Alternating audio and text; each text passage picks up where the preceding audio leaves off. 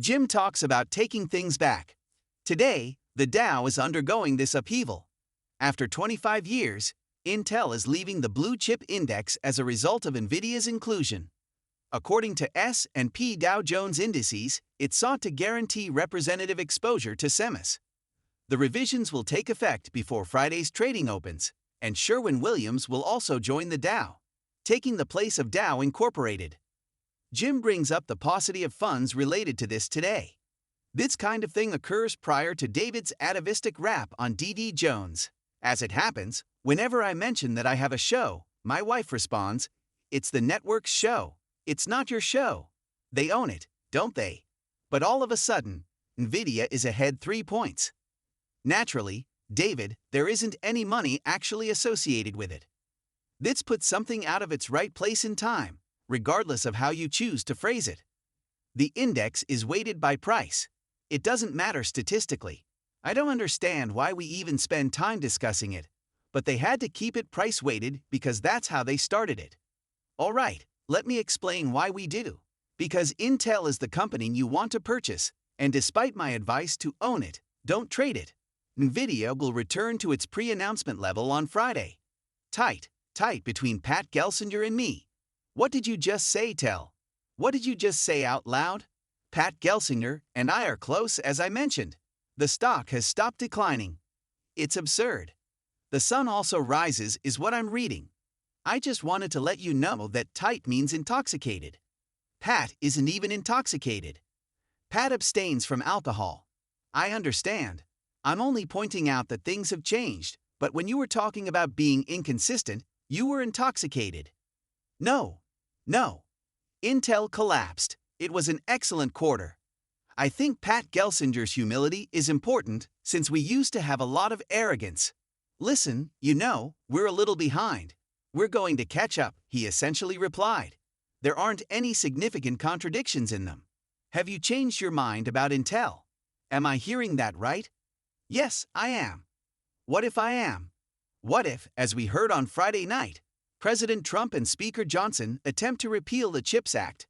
Whoa, you just have shell buildings, really. That hasn't received any money yet, in my opinion. They met it, but they haven't met They made it happen, pal at Brookfield. I'm not sure if I missed this because I wasn't here on Friday or Thursday. You'll gain insight if you try to avoid missing work. On Thursday, I was at work. Yes, exactly. Oh, you've entered. You thought we would accompany Zaslav. The Zaslav trade, what was it? What is that? I see where I labor, Zas. Please briefly explain your abrupt change of direction following the election.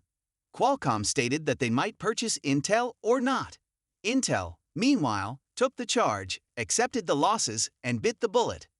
The call was won by their CFO. Gelsinger didn't remark, "We're the best, we're number one." He acknowledged that if I can actually get there, they virtually had the status of the New York Giants. Is there anyone worse? Not to know. Additionally, it seems like a brand new Intel. It can only get better because it couldn't be worse. Excellent, I'm grateful. He is good. He is quite talented. Thank you. Yes, I am aware of it. Is AMD or someone else paying the price for their incremental success? No, I believe there is more than enough space for everyone. One thing I like about Intel was that, Qualcomm was no longer a large corporation, so it could make that acquisition offer. It's a small business. Second, though, their balance sheet got better. It amazed me that their balance sheet could support this expenditure, but I must admit, Carl, that if they want to emphasize, if they can continue doing all this building, the balance sheet needs a bit more focus. However, those PE partners do exist. One significant piece of news about one of the largest stocks in the market, and occasionally the largest due of its back-and-forth fluctuations with Apple, was something I overlooked. Naturally, it's Nvidia. Nvidia is entering the Dow, Sarat. It will be Friday before the opening bell, as we found out the other day. Just think about that for me. What would happen to the stock when it comes to Nvidia if we discussed how Berkshire's sale affected the stock's trading in relation to Apple? I believe it maintains its momentum. It's the significance. By displacing Intel with Nvidia, it is essentially stating, Hey, this is a company that's going to be there for a long time. Since not many individuals purchase the Dow index, you won't get the same good tailwind as you would if it were an S&P. However, the stock benefits greatly from the relevancy of this, which demonstrates that these things will be around for a while. Okay. Additionally, Nvidia is already momentarily overtaking Apple in the race for market capitalization. And you can see that it's like $3,389 compared to $3,382. Since June, it hasn't closed higher than Apple on that statistic. Thank you very much. Nvidia is doing really well. However, neither is in pain in my opinion. The market capitalization is huge, and we're back. Except for Nvidia, which hasn't released yet. The majority of mega-cap firms fell after last week's earnings results. The news that the company would join the Dow this week has caused those shares to rise. The Dean of Valuation at NYU's Stern School of Business, Aswath Damodaran, is here to discuss his thoughts on the Magnificent Seven. Welcome back. Seeing you again is pleasant. Scott, thank you.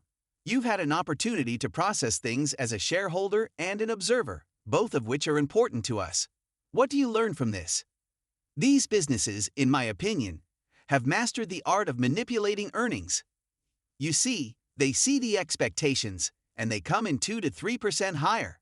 You're probably thinking, why even bother with the expectations, since they're likely to beat it by 2 or 3%? However, I believe that the earnings reports tell the true story, and I believe you see it in action with businesses, like Microsoft, for example, the understanding that AI services and products have the potential, but the promise is not being fulfilled in terms of revenue. Look at all the companies. There aren't any outliers in either direction. However, in my opinion, you should be searching for a shift in the storyline, which isn't happening just yet. They have been operating under essentially the same storyline for the entire year. Have any of your personal holdings in these names been sold? As I mentioned, you are an observer, but you also own stock in many of these names, so I just like to keep our audience informed. About a year and a half ago, I sold half of my Nvidia shares, but I haven't raised my stake or traded down in any of them since. By framing it in terms of what I originally paid for these equities, rather than what they traded at their peak 3 or 2 months ago, I feel rather comfortable about what I have. I am content with my current situation, and as an investor, that is all I need to be. I am also content with my own choices. You got into those names early, which is why you are a professor of finance at the Stern School of Business. How about Semis? You know, when we brought up Nvidia, Apple was right at the top of the market capitalization chain. Although it has undoubtedly had an amazing run, not all of the stocks in this market are Nvidia. How do you evaluate the semifinals? This is the one instance when I firmly believe you have witnessed leadership truly fracturing or splitting. And this has been the case throughout the spring, summer, and fall. We are aware of the Nvidia chart's excellence. We are aware of Broadcom's excellence. AMM8 is where? Lam Research is where? Where is ASML? Samsung, where are you? I believe it's a parody of what is considered leadership, you know. Just 25% of semis are truly above their 200-day moving average, making it the weakest subsurface. With semis over the next 4 to 6 weeks, you do have some excellent seasonality here. If you had a bounce, I believe I would be more likely to fade it in the semifinals rather than chase it. I questioned you about Berkshire selling Apple before, so now I'll ask you about Nvidia's current status and its participation in the Dow, as well as your thoughts on it in light of your observations over the years.